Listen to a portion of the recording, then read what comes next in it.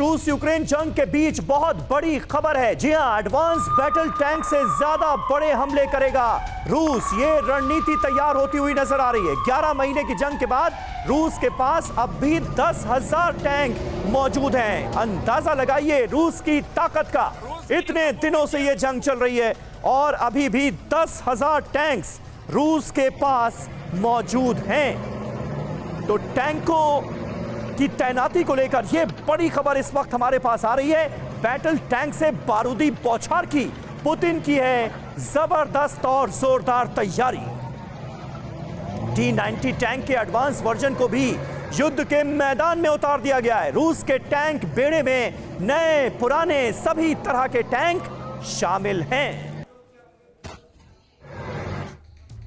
और आइए अब आपको बताते हैं 10,000 टैंक्स अब भी रूस के पास हैं। इन टैंकों से कैसे युद्ध जीतने का प्लान है व्लादिमीर पुतिन का, रूस की तैयारी क्या है, स्ट्रैटेजी क्या है और टैंकों से अब कैसे जंग लड़ने की और जीतने की तैयारी में है व्लादिमीर पुतिन। इंफॉर्मेशन वॉल पर कुछ इंफॉर्मेशन हमारे पास है। बैटल टैंक से युद्ध जीतने की कर रहे हैं पुतिन तैयारी। इस तरह के बैटल टैंक्स रूस ने टैंक के एडवांस वर्जन मैदान में उतार दिए हैं।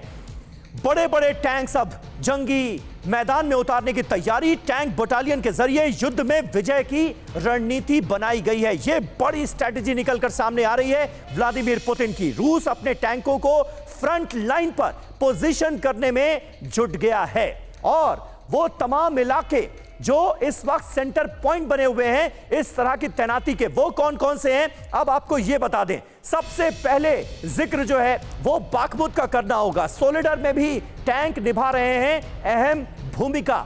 ये आपको बता दें यूक्रेन को पश्चिमी देशों से ये बड़े बड़े टैंक्स मिल रहे हैं और यही वजह है कि अब काउंटर स्ट्रैटेजी जो है वो सामने आई है रूस की। और युद्ध में रूसी टैंकों को बड़ा नुकसान हुआ है। जंग की शुरुआत में यूक्रेन ने रूसी टैंकों को बड़ा नुकसान पहुंचाया।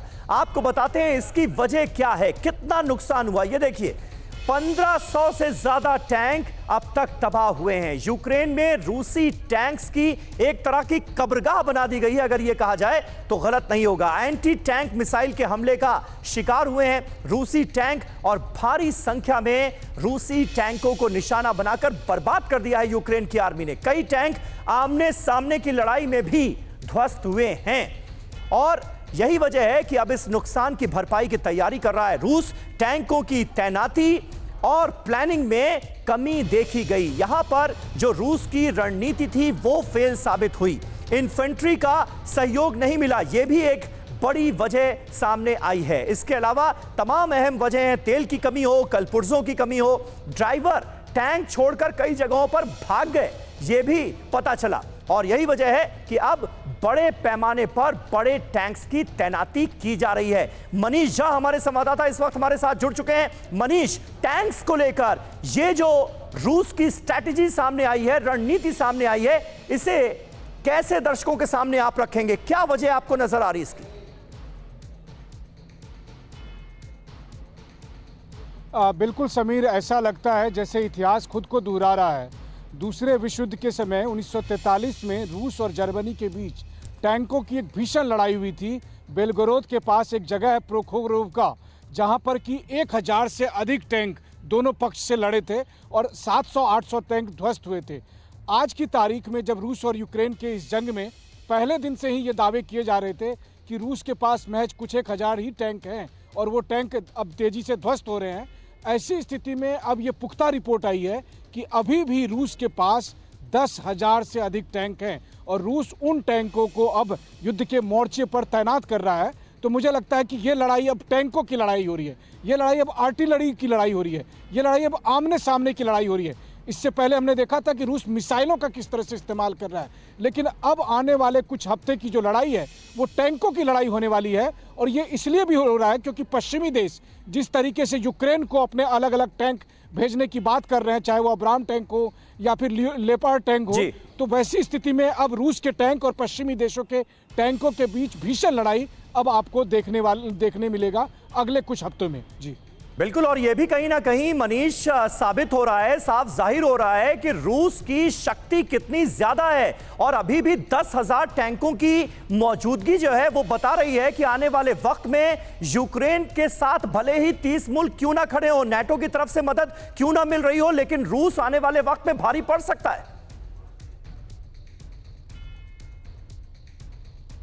बिल्कुल, खास करके अगर आप ये देखिए कि जर्मनी अभी भी लेपर्ड टैंक देने को तैयार नहीं है, या फिर पोलैंड या दूसरे और जो देश अभी यूक्रेन को टैंक देने की बात कर रहे हैं, तो उसकी संख्या बहुत कम है। कोई 10 दे रहा है, कोई 20 दे रहा है, या कोई 50 दे रहा है, कोई 100 दे रहा है।